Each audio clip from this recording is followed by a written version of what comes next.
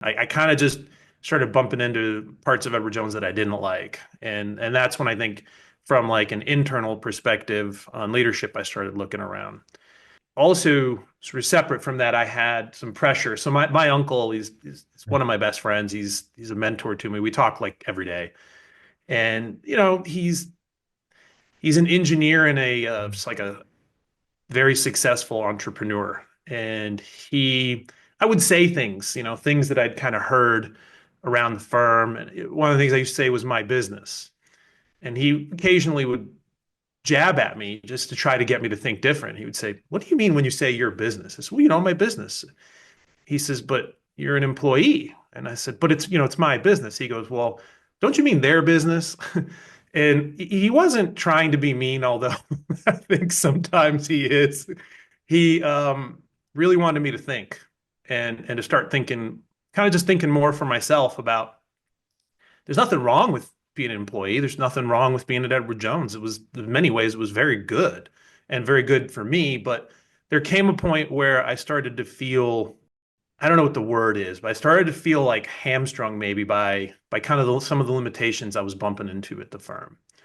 There was definitely a watershed moment. I mean, there are things that add up. There are a lot of things that, I went through over the years of not yeah, I guess they tack on and they build up and then you get frustrated and then but I kind of always thought, all right, I want to go, I want to be in the leadership role, I want to do these things. I did love the firm and I loved the people, but there was this summer, I want to say it was about late April, early May, and it was about a 6 week period where we got five statements from clients, all of them totaling, every client had more than 5 million in about a 6 week period. I mean, it was an incredible moment for our team.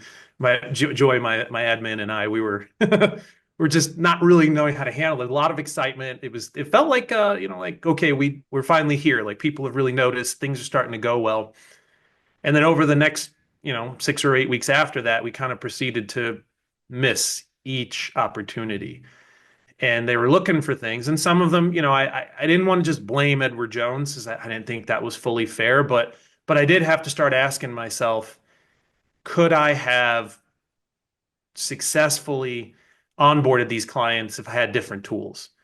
And so we get to the last meeting, and it happens to be the largest of the five or so clients, and they commit to us. The wife said she wanted to join. The husband was said, I'll come, but not right now.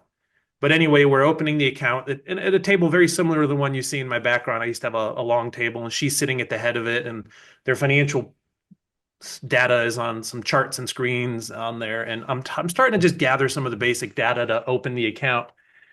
And she said, as she's just sort of staring at the screen, she said, "Ollie, you should see the technology they have at Fidelity. It's amazing." Amazing.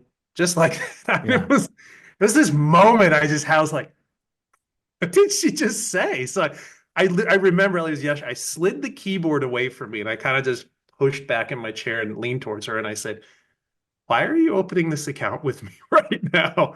And she said, "Oh, it's easy. We trust you." And that was a moment.